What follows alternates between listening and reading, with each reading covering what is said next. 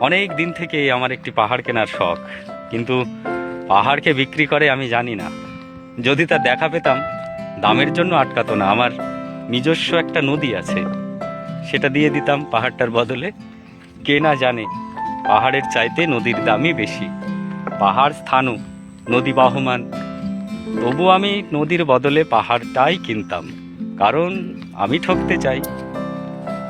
নদীটাও অবশ্য কিনেছিলাম একটা দ্বীপের বিনিময়ে।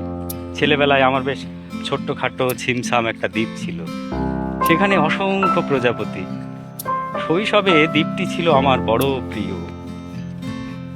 আমার যৌবনে দ্বীপটি আমার কাছে মাপে ছোট লাগলো। প্রবাহমান ছিপছিপে তন্নি নদীটি বেশ পছন্দ হলো আমার। বন্ধুরা বলল, ওইটুকু একটা দ্বীপের বিনিময়ে এত বড় একটা নদী পেয়েছিস, খুব জিতেছিস তো মাইরি। তখন জয়ের আনন্দে আমি বিহ্বল হতাম। তখন সত্যি আমি ভালোবাসতাম নদীটিকে। নদী আমার অনেক প্রশ্নের উত্তর দিত, যেমন, বলো তো আজ এখানে সন্ধ্যাবেলা বৃষ্টি হবে কি না।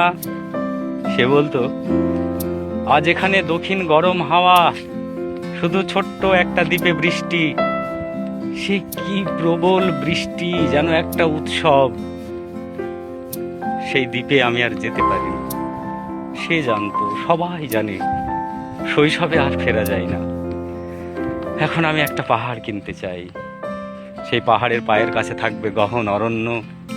আমি সেই অরণ্য পার হয়ে যাব, তারপর শুধু রুক্ষ কঠিন পাহাড়, একেবারে চূড়ায় মাথার খুব কাছে আকাশ, নিচে বিপুলা পৃথিবী, চরাচরে তীব্র নির্জনতা। সেখানে আমার কণ্ঠস্বর কেউ শুনতে পাবে না।